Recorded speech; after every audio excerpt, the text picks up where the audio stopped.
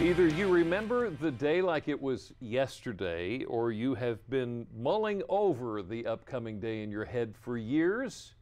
After all, it is the day you'll make your biggest purchase, buying a home. That's right. And believe it or not, you don't need to have never owned a home to be considered a first-time home buyer.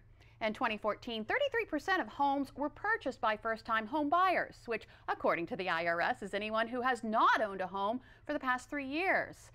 As a first-time home buyer, it's common to make a few mistakes during the process. The truth is, it's easy to be misinformed or forget to ask the right questions. So today we hear which mistakes to avoid to make your first house purchase your best house purchase.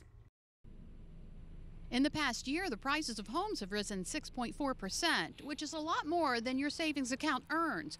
So how do you become a homeowner? Luckily, the IRS will allow first-time buyers to borrow against their IRAs without incurring the 10% penalty on withdrawals. But don't use up all of your cash buying your home, because there are still closing costs, appraisal fees, loan application fees, inspection fees, and many other costs to pay. And don't be creative when it comes to financing. A fixed mortgage is always the safest option because it'll stay the same no matter how much interest rates go up. Be smart when buying a condo. Make sure you ask if there will be any future charges due to renovations or improvements to the building. Finally, don't only look at foreclosures and short sales because they aren't always the best bargain. These deals often take longer to close and have higher interest rates. 2 more tips. When buying your first house, don't use the full amount the bank is willing to lend. Take about 20% less than the bank will offer if you have enough cash to pay the difference. Also, talk to your potential neighbors and observe the area. Ooh, that's a big one right there. A home is a big investment, and as we just heard, quite possibly one of the biggest investments we will ever make. Well, coming up next, we're going to learn about a few items you may want to invest in, plus auctions, consignments, estate auctions. Well, yeah, it can get a little confusing. We're going to find out what's what and how you can get in on all the action.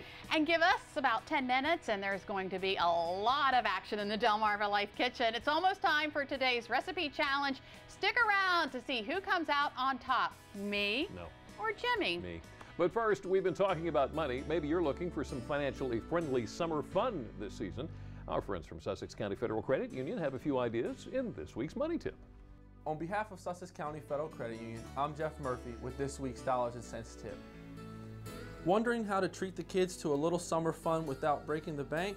With entertainment discounts providers like Groupon, you can get up to 50% off admission prices to local venues like amusement parks, zoos, batting cages, and a whole host of family-friendly adventures that are just a short drive away.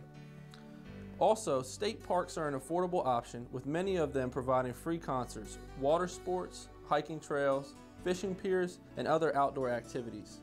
To find out more, simply Google your state parks and recreations website for a schedule. Many state parks also offer discount passes to encourage frequent visits.